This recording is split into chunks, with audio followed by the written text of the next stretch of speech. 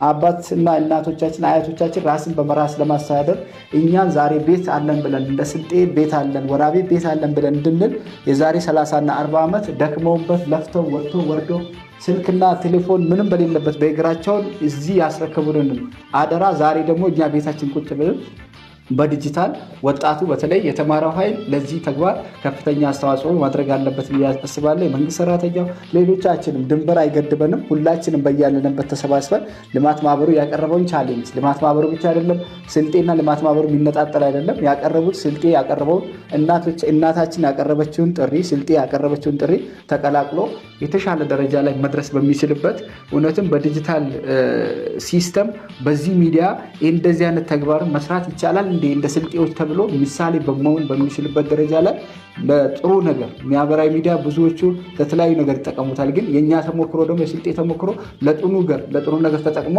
ይህን ሰሩበት በማለት በሚችልበት ለሀገር ደረጃ ተሞክሮ መሆን የሚችል ስራ መስራት ይጠበቅብናል። በግንባታው ዘርፍ ብቻ አይደለም የሰውን አቅም ወይም አእምሮን ማልማት በሚቻልበት ዘርፍ ከፍተኛ ስራ እየተሰራበት ነው። የሀረርዚ ትምህርት ቤት ብንወስድ አሁን ላይ ከ450 እስከ 500 ተማሪዎች አጠቃላይ አስተዳዳሪ ሰራተኞች ጨምሮ ሙሉ ወጪውን ችሎ አሁን ላይ እያስተማረ ያለበት ነው። ይሄ አሁን የሚታይ ሳይሆን ፎር ዘ ኔክስት የሚታይ ነው። በግንባታ በአመት ከ50 ሚሊዮን እስከ 60 ሚሊዮን ግንባታ ላይ ቢሆን ይታያል። ግን የሰው አእምሮ ላይ ስለሆነ ሰውን ላይታይ ይችላል። ግን ኢንቨስት እየተደረገበት ነው በሰው አእምሮ።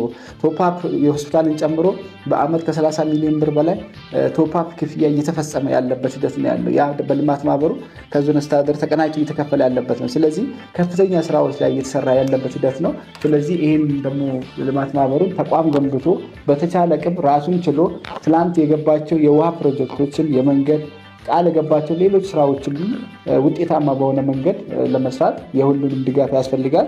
ይህን በሀገር ውስጥ በስልጤ ዞን ያሉ ተወላጆች ዞኑ ውጭ ያሉ በተለያዩ ከተሞች ላይ ያሉ ንቅናቄ ተጀምሯል።